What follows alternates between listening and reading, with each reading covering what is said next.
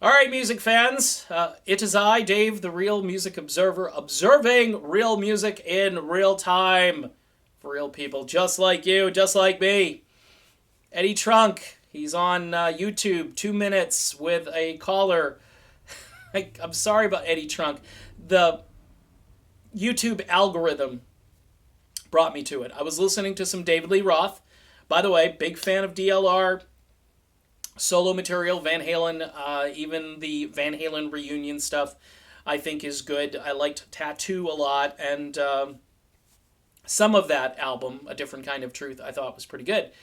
However, according to Eddie Trunk, we find out why David Lee Roth's solo career began to decline in the 1990s. A caller wanted to know. It's weird that all these people have these questions about what happened in the 90s, isn't it?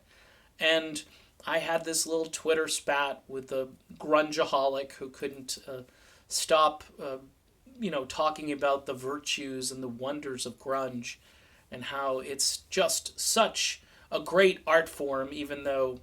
Are grunge records being made nowadays?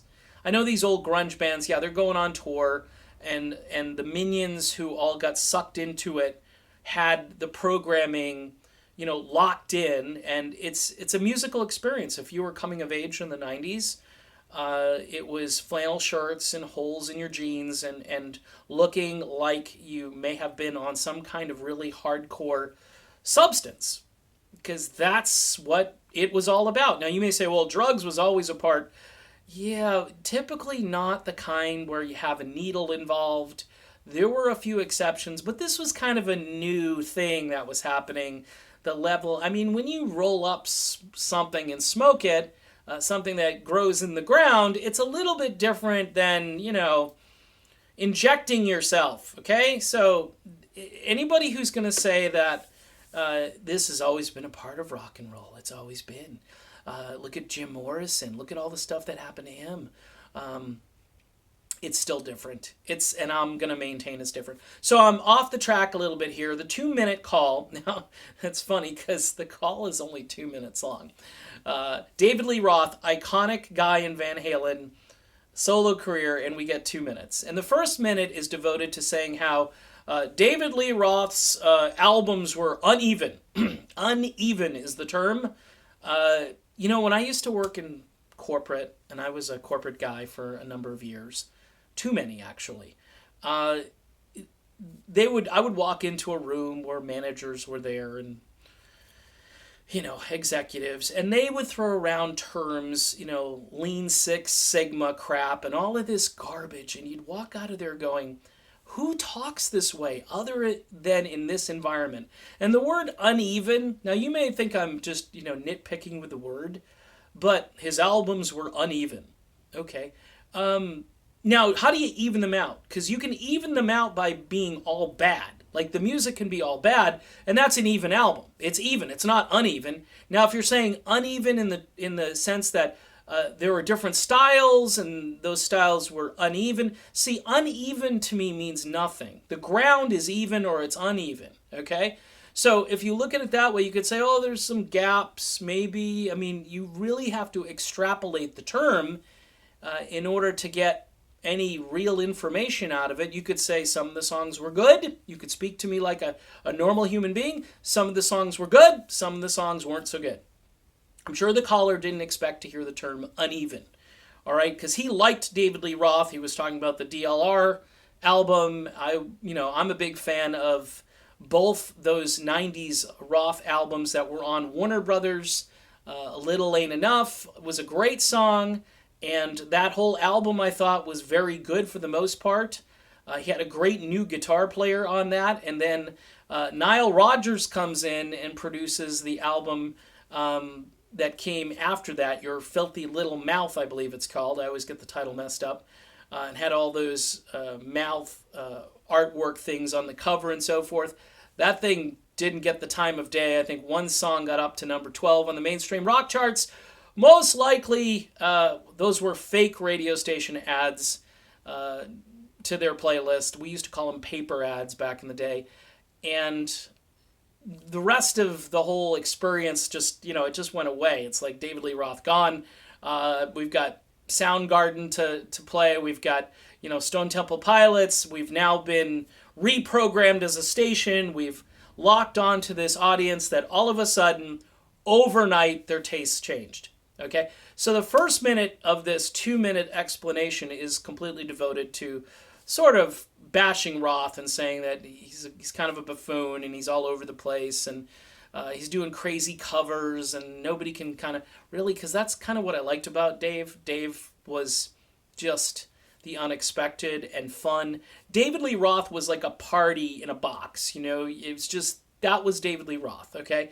Sammy was way more serious, still a party, a different kind of party, not a vaudeville party, more of just a tequila party. But you could go either way with Dave. You could be at a tequila party or you could be at a frat house party, whatever. I mean, both of them brought different things if you're talking just Van Halen. The second minute of this explanation is devoted to grunge. Okay? Grunge just wiped everything out. Wiped Dave out, wiped 70s iconic singers and performers and bands out. So it was Dave and his lack of really good material, even though I don't agree with that. And then grunge just wiped everything out. Now, the question isn't what happened. The question is, why did it happen? And this has been the topic of several of my videos lately because I'm getting a response from the grungers. The grungers are really upset with me because they don't understand how I haven't embraced this amazing art form where, again, you inject yourself with something versus smoking something, which was sort of the old, and I do none of that, by the way. I've never touched any of that stuff, but I'm saying I'd rather be with the guys who are with the plant life versus the guys with the needles, okay? And, whether you laud Kurt Cobain as your idol or Chris Cornell or these guys who I think there was some other stuff going on with their lives, okay? And not to just denigrate the people. I just want to talk about the music. The music sucked, okay? And everybody said, okay, we're just going to stop what we were doing and you could still produce that stuff for a couple more years because we can't just turn the switch off. But they did. They turned the switch off in 91 or 92. Firehouse broke through in 1990.